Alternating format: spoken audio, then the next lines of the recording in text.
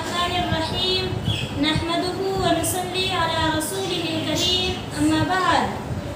أعوذ بالله من الشيطان الرجيم بسم الله الرحمن الرحيم قال تعالى ولا تقولوا لمن يقتل في سبيل الله أموات بل أحياء ولكن لا تشعرون وقال النبي صلى الله عليه وسلم ليس منا من ضرب الخدود وشق الجيوب ودعا بدعوة الجاهلية اللهم أدخله علينا بالأمن والإيمان والسلامة والإسلام ورضوان من الرحمن وجوار من الشيطان وہ روئے جو منکر ہے حیات شہداء کے وہ روئے جو منکر ہے حیات شہداء کے ہم زندہ جاوید کا ماتم نہیں کرتے مردوں پہ ترونے کی روایت ہے جہاں میں مردوں پہ ترونے کی روایت ہے جہاں میں زندوں پہ مگر آہو بکا ہم نہیں کرتے اسوہ ہے ہمارے لیے ایک فعل علی ہی اسوہ ہے ہمارے لیے ایک فعل علی ہی ہم جوش ابرار کا ماتم نہیں کرتے محترم اور قابل قدر خواتین اسلام ہجری کیلنڈر کا نیا سال شروع ہو گیا ہے اللہ تعالیٰ اس نئے سال کو پوری امت کے لیے خیر و عافیت اور اعزاز بحالی کا یادگار سال بنا دے سال کے پہلے مہینے محرم الحرام کے شروع ہوتے ہی ملت کا ہر طبقہ اپنے اپنے مشرب کے مطابق کہیں سوگ و ماتم کی محفلیں عزا کی مجلسیں سانحہ کربلا کے ذکر کی نشستیں شہادت اور شہدائے اسلام کے مناقب کے سلسلہ وار اجلاس اور کہیں فاتح بیت المقدس فاتح ایران و روم امام عدل و حریت شہید مصلی پیغمبر مراد رسول فرزند خطاب امیر المؤمنین سیدنا عمر فاروق رضی اللہ عنہ کی شہادت کے تذکروں کا سلسلہ شروع کر دیتا ہے میں قرآن و سنت کی ایک طالبہ ہوں محرم الحرام اور عاشورہ کے نام پر ہونے والے پروگراموں ہنگاموں تماشوں اور معمولات میں سے کئی چیزیں ایسی ہیں جو میری سمجھ میں نہیں آ سکیں میں انہیں سمجھنا چاہتی ہوں مثلا محرم الحرام کے پہلے 10 دنوں میں جو کچھ کیا جاتا ہے اس کو شہدائے کربلا پر ماتم سوگ حزن و ملال نالا و شیون اور اظہار غم و افسوس قرار دیا جاتا ہے اور اہل بیت سے اظہار ہمدردی کی علامت سمجھا جاتا ہے اس نظریے پر مجھے یہ سمجھ نہیں آ سکا کہ شریعت محمدیہ علی صاحبہ الصلاۃ والتسلیم میں بیوہ ہو جانے والی عورت کے سوا کسی اور کو 3 دن سے زیادہ غمزدہ رہنا اور سوگ بنانا حرام قرار دیا ہے پھر 1400 سال بعد تک ماتم اور عزا سوگ اور غم منانے کی اجازت کس شریعت نے دی ہے اور ماتم کرنے والے یہ کون لوگ ہیں دوسری بات نبی صلی اللہ علیہ وسلم نے فرمایا ان اللہ لا يعذب بدمع العین ولا بحزن القلب ولكن يعذب بهذا واشار الى لسانه اللہ تعالی میت کے غم میں نکلنے والے آنسو اور دل پر چھا جانے والے غم و اندوں کے سبب تو عذاب و سزا نہیں دیں گے لیکن زبان کی طرف اشارہ کر کے بتلایا کہ اگر غم میں نالا و شیون کی وجہ سے زبان بولے گی تو پھر مؤاخذہ ہوگا عذاب و سزا ہوگی جب نبی اور صاحب شریعت کا یہ فیصلہ ہے تو پھر ان سوگ کے نعروں اور ماتم کے ان ڈھکوسلوں کا کیا مطلب عزا کی ان مجلسوں اور مرثیوں کے اس شور کا کیا حاصل یا حسین ہم نہ ہوئے کے نعروں کا اور آہو فغاں سے مزین ماتمی دھنوں کا آپ بتلائیے کیا یہ سب نبی کے ارشاد کے مطابق مجرم اور مستحق عذاب نہیں ہے کیا یہ پورا منصوبہ و تماشا مجرمانہ عمل نہیں ہے محترم خواتین اسلام حضور اکرم صلی اللہ علیہ وسلم نے ارشاد فرمایا لیس منا من ضرب الخدود وشق الجیوب ودعا بدعوة الجاہلیہ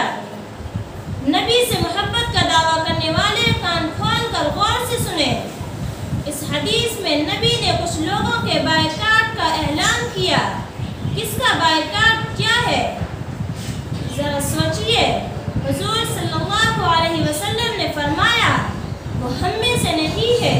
وہ میرا نہیں ہے جو کسی کے ماتم میں، کسی کے سوگ اور افسوس میں اپنے گال پیٹے، گریباں چاک کرے، کپڑے پھاڑے، زمانے جاہلیت کے طرز پر بیان اور بین کر کے روئے اور ہائے ہائے کر کے جزا فضا کرے۔ اب ہائے حسین کو جائز یا عبادت اور محبت سمجھنے والے غور سے سنے۔ ایسے لوگوں کا نبی نے بائیکاٹ کر دیا ہے۔ ذرا نگاہ ڈالیے اپنے اعمال پر اور پھر سوچئے، میدان محشر میں جب اعمال ناکافی ہوں گے مغفرت کے لیے تو نبی آخر الزمان صلی اللہ علیہ وسلم کی شفاعت ہی اکلوتا سہارا ہے۔ اگر وہی کہہ دیں کہ یہ ہمارا نہیں ہے تو کیا بچے گا ہمارے پاس اور کون ہماری سفارش کرے گا؟ اور سینے پیٹنے والوں، گریباں چاک کرنے والوں اور چہرہ پیٹنے والوں کو تو حضور صلی اللہ علیہ وسلم نے یہ کہہ کر دور کیا ہے کہ یہ ہمارے نہیں ہیں۔ لوگوں اس محرومی، مایوسی اور بائیکاٹ سے بچو، نبی کی دھکار اور پھٹکار سے بچو۔ چوتھی بات، تعزیہ اور تعزیہ کے ان ڈھانچوں کو جو حضرت حسین رضی اللہ عنہ کا جنازہ کہا اور سمجھا جاتا ہے، اسی لیے تعزیہ کے اندر ان کی قبر کی شبیہ بنائی جاتی ہے اور پیچھے پیچھے جانے والوں کو جنازے میں شریک مانا جاتا ہے۔ کربلا کو قبرستان کی حیثیت دی جاتی ہے۔ تعزیہ مردے کی طرح ہی دفن کیا جاتا ہے۔ آپ بتلائیے، دنیا کا وہ کون سا مذہب ہے، وہ کون سا معاشرہ اور سوسائٹی ہے، وہ کون سی تہذیب و ثقافت ہے، وہ کون سا کلچر اور تمدن ہے اور وہ کس خطے کا دستور و رواج ہے جہاں لوگ جنازوں میں نئے کپڑے زیب تن کر کے، خوشنما پوشاکیں پہن کر، خوشبوئیں لگا کر، ہنستے مسکراتے اور گپ شپ کرتے ہوئے جاتے ہوں، جہاں عورتیں اور جوان لڑکیاں کسی بیوٹی کانٹیسٹ کی طرح well maintain, well dressed, make up اور آرائش و زیبائش کر کے اس میں شرکت کرتی ہیں۔ اگر یہ جنازہ ہے تو عورتوں اور لڑکیوں کی شرکت کا کیا مطلب؟ اگر یہ غم کا دن اور سوگ و ماتم کا موقع ہے تو پھر اس تزئین اور سنگھار کا کیا مطلب؟ اور اگر یہ عاشقوں سے ملاقات اور عشق کو پروان چڑھانے کے لیے کی جانے والی حرکتیں ہیں تو پھر اتنا ہی کہوں گی کہ نبی کے نواسے اور اہل بیت کی شہادت کا مذاق اتنے بھونڈے انداز میں اڑایا جائے گا۔ میری ماں اور بہنوں، آج تک ہم نے دیکھا اور سنا تھا کہ جنازے کے ساتھ روتے، بلکتے، سسکتے، دھاڑے مارتے، پراگندہ سر، بدحال و بدحواس اور خستہ حال لوگ پیچھے پیچھے جایا کرتے ہیں، مگر گاجے، باجے، ڈی جے، دفتبلے، سارنگی، جھانج، چمچماتی پوشاکیں، آرائش و زیبائش، زیب و زینت، خودنمائی و طمطراق اور بناؤ سنگھار ہمیں صرف اسی جنازے کے ساتھ ہی کیوں نظر آتا ہے؟ میں پوچھنا چاہتی ہوں ہر اس شخص سے جس تک میری یہ آواز پہنچے کہ آپ میں سے کسی کے اندر یہ جگر اور حوصلہ ہے کہ آپ اپنے کسی رشتہ دار کے جنازے پر باجے والوں کو بلا کر بینڈ بجوا سکے۔ رشتہ دار چھوڑیے، معاشرے کے کسی دبے کچلے اور پسماندہ شخص کے جنازے پر بجوا کر دکھلائیں،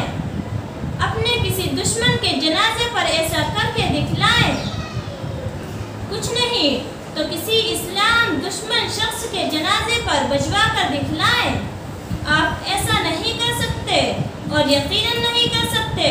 تو پھر میں پوچھتی ہوں کہ جو کام اور جو حرکت دنیا کے کسی جنازے پر نہ کیا جا سکتا ہو وہ حضور صلی اللہ علیہ وسلم کے خاندان کے لوگوں کے جنازوں پر کیوں؟ ایسا کرنے والے اپنا اصل چہرہ کیوں نہیں دکھلاتے؟ اپنا شجرہ کیوں نہیں بتلاتے؟ جو باجا کسی کافر اور کسی نہیں بجایا جا سکتا۔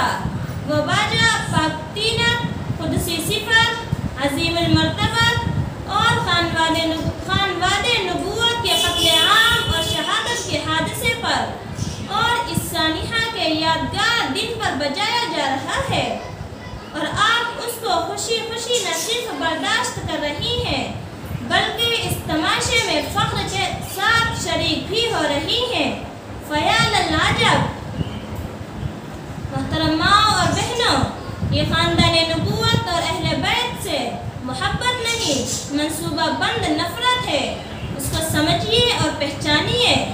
آپ بتلائیے، کسی کا جنازہ رکھا ہوا ہو اور آپ میں ہمت ہے کہ آپ اس کے آس پاس کھچڑا، بریانی، شیرمان، بسکٹ اور تبارک تقسیم کر سکیں؟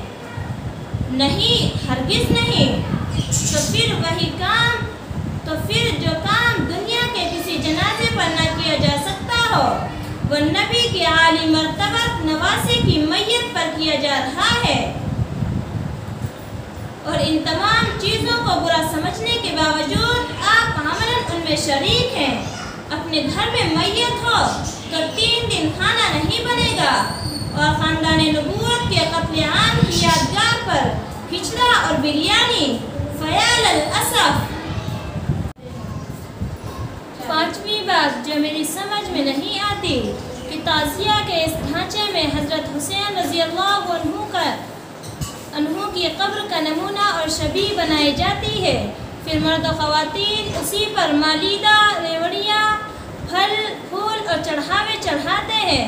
پھر اسی قبر کے سامنے باقاعدہ ہاتھ پھیلا کر یوں دعا کے انداز میں دعا کی طرح اشارہ کریں، منتیں، مرادیں، فریاد، عرضداشت اور سماجتیں پیش کرتے ہیں۔ میں پوچھتی ہوں، کیا یہ دھرتی پر ہونے والی بدترین بت پرستی نہیں ہے؟ ہندوؤں کو تو بت پرست اور جہنمی بڑی آسانی سے کہہ دیا جاتا ہے،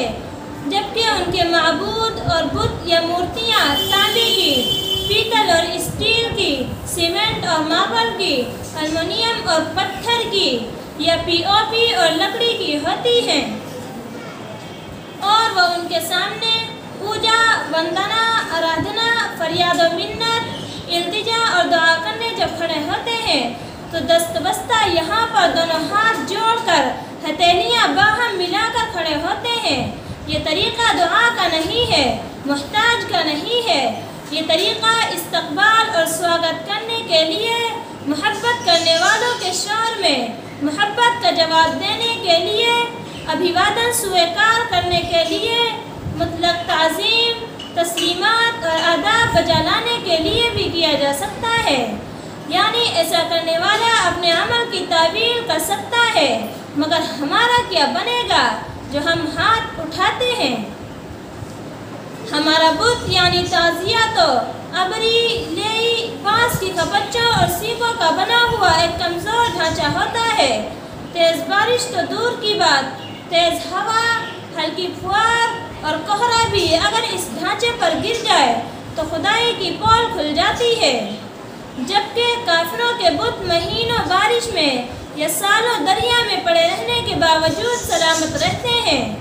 یعنی ہمارا بت بھی دنیا کا سب سے کمزور بت ہے، اور ہماری بت پرستی کا طریقہ بھی دنیا میں سب سے غلیظ ہے۔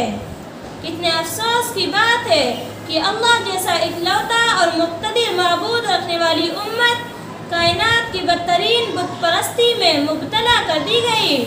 نکلیے اس دلدل سے اور امت کی جگہ سائی اور سڑکوں پر رسوائی بند کیجیے۔ چھٹی بات جو میری سمجھ میں نہیں آ پا رہی ہے، اس پر حاضرات مجلس خواتین سے خصوصی توجہ کی درخواست ہے۔ یہ عقیدہ گڑھا گیا ہے اور یہ بات معاشرے میں چلائی گئی ہے کہ 10 محرم یوم عاشوراء سوگ و ماتم کا دن ہے، اس لیے اس دن گھروں میں توا نہیں چڑھے گا، جبکہ حقیقت کچھ اور ہے۔ دیکھیے، توے پر روٹی پکتی ہے اور روٹی 99% گھروں میں عورتیں ہی پکاتی ہیں۔ توے پر پابندی لگا کر عورتوں کو فارغ کروانا اور ان کی چھٹی کروانا اصل مقصد ہے، تاکہ انہیں تعزیہ کی بھیڑ میں لایا جا سکے۔ عورت جب خالی ہوتی ہے تو اس کا جی یوں بھی گھومنے کو مچلتا ہے، اور لڑکیاں تو اس طرح کے مواقع کی تلاش اور شوق میں رہتی ہیں۔ اور آج کل بھیڑ اکٹھا کرنے کا آسان اور اکلوتا طریقہ یہی ہے کہ اس مجمع اور ایونٹ میں سجی سوری، خوشنما، خوبرو، خوش پوشاک، ویل مینٹین، ویل ڈریسڈ کسی طرح عورتوں اور لڑکیوں کو شریک کر لیجئے۔ پھر ہر عمر کا مرد خود بخود بلا دعوت و اطلاع کے کشا کھینچا چلا آئے گا، بلکہ بدن درد میں مبتلا مرد پین کلر کھا کر اس تماشے کا حصہ بننا چاہیں گے۔ اسلام دشمن شیعوں اور رفضیوں نے یہ فیصلہ اور پروپیگنڈا کیا کہ بریانی اور کھچڑا پہلے سے ہی پکوا کر فریج میں اسٹور کروا دی جائے، توے پر روک لگا دی۔ یہ سوگ و ماتم کی وجہ سے نہیں ہے، بلکہ عورت کو سڑکوں پر لا کر اس کی ردائے عفت اتار کر محمد رسول اللہ صلی اللہ علیہ وسلم کی حیا اور حجاب، عفت اور پاک بازی کی تعلیمات کی دھجیاں اڑانا مقصد ہے۔ بغیر عورتوں کے ان کے ماتم و سوگ کے کرتب اور آزاداری کے اسٹینڈ کون دیکھنے آئے گا؟ اب یہ ہمارا غیرت مند گھرانوں کو سوچنا ہوگا کہ کیا ہماری خواتین کو ایسے اوباشوں کے مجمع میں جانا چاہیے؟ کھانا اور روٹی تو فطری اور طبعی ضرورت ہے، طبع پر پابندی لگانے کا کوئی مقصد ہی نہیں بنتا۔ اگر سوگ و ماتم، نالا و شیون اور غم و اندوہ کی وجہ سے کسی چیز پر پابندی لگانا ہی تھی تو پھر مسالہ اور گٹکا پر، بیڑی اور سگریٹ پر، بیئر اور شراب پر، تمباکو اور منشیات پر لگائی جاتی۔ یہ صحت کے لیے بھی مضر ہیں، سماج میں بھی بری سمجھی جاتی ہیں، شریعت میں بھی ناپسندیدہ ہے، مگر پوری بھیڑ اس طرح کی گندگیوں سے بھری ہوتی ہے، کسی کا منہ خالی نہیں ہوتا، پھر بھی کوئی روکنے والا نہیں ہے۔ اس سے صاف معلوم ہوتا ہے کہ یہ ڈرامہ اور سوانگ ہے، یہ ڈھکوسلا اور فریب کاری ہے۔ اس لیے خواتین اور معاشرے کی ذمہ دار مائیں اور بہنیں اچھی طرح سمجھ لیں کہ یہ عبداللہ بن سبا کی روحانی اولاد انہیں بے پردہ کر کے ان کی آبرو کا سودا کرنا چاہتی ہے، سڑکوں پر لا کر اسلام اور اسلامی تعلیمات کی توہین کر کے شیطانی منصوبہ نافذ کرنا چاہتی ہے۔ ساتویں بات جو میری سمجھ میں نہیں آ پا رہی ہے، اور صرف میرا ہی اس تماشے پر سوال نہیں ہے،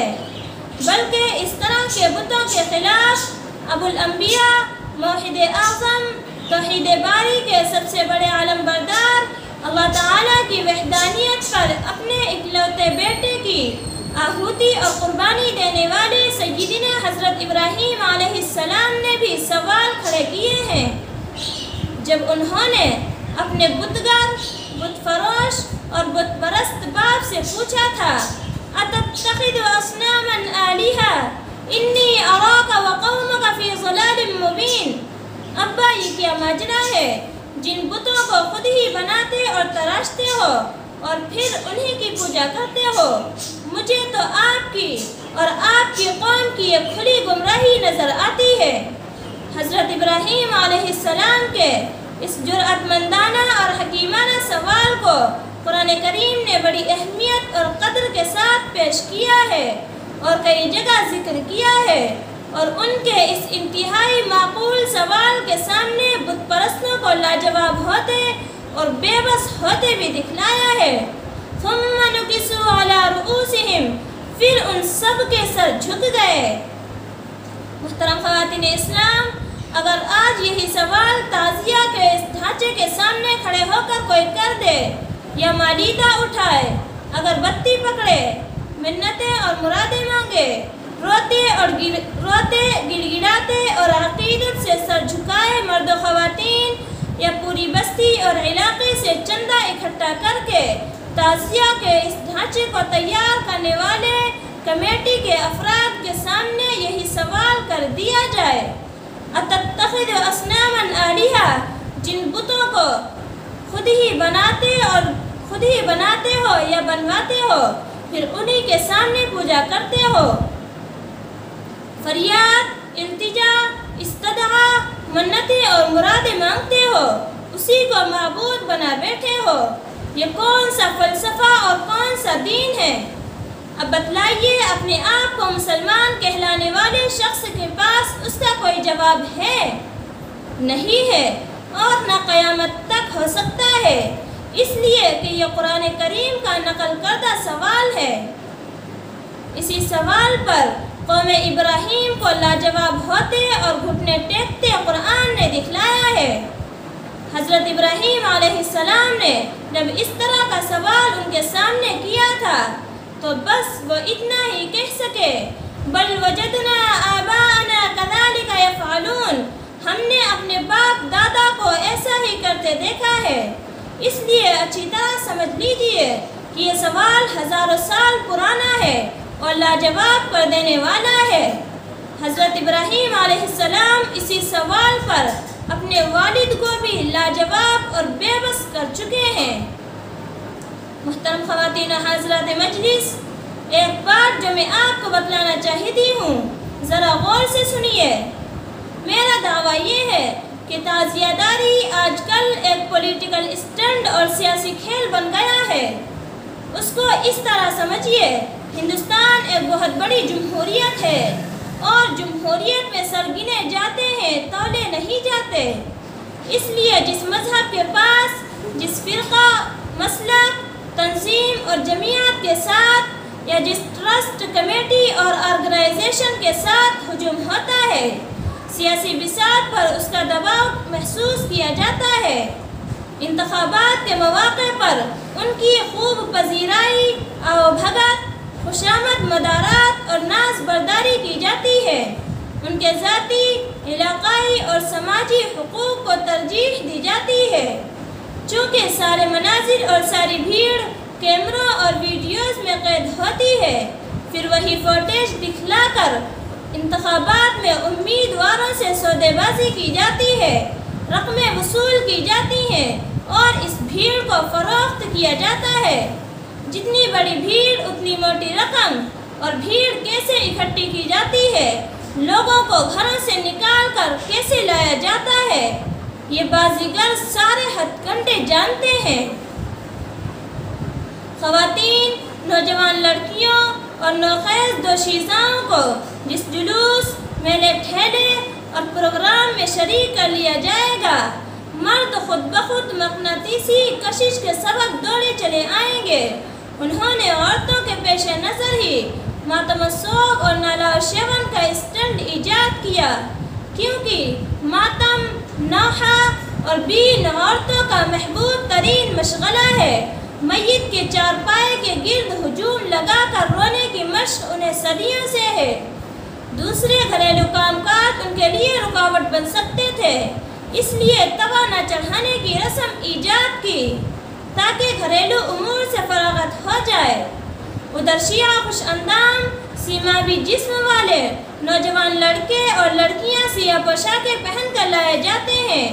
چاقو، چھری، زنجیریں، نانچک اور اب تو پستول اور ریوالور کا ماتم، ساتھ میں عزا اور ماتمی دھنوں کا شور، گاجا باجا، ڈی جے، بریانی، کھچڑا،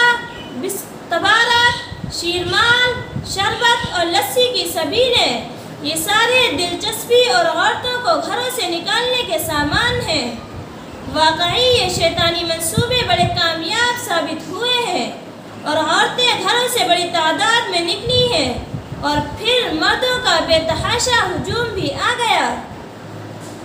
اہل سنت والجماعت کے مردوں اور عورتوں کی بھیڑ پر شیعہ اپنی سیاست چمکا کر وزارتوں تک پہنچ رہے ہیں،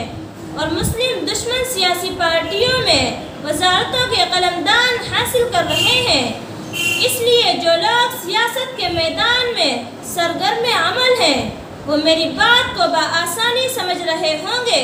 وہ یہ بھی اچھی طرح جانتے ہوں گے کہ اسی بھیڑ کے سہارے یہ فرقہ اور طبقہ حکومتوں کی نوازشات و اکرام کس طرح بٹور رہا ہے۔ اہل سنت والجماعت اس گناہ بے لذت میں مبتلا ہیں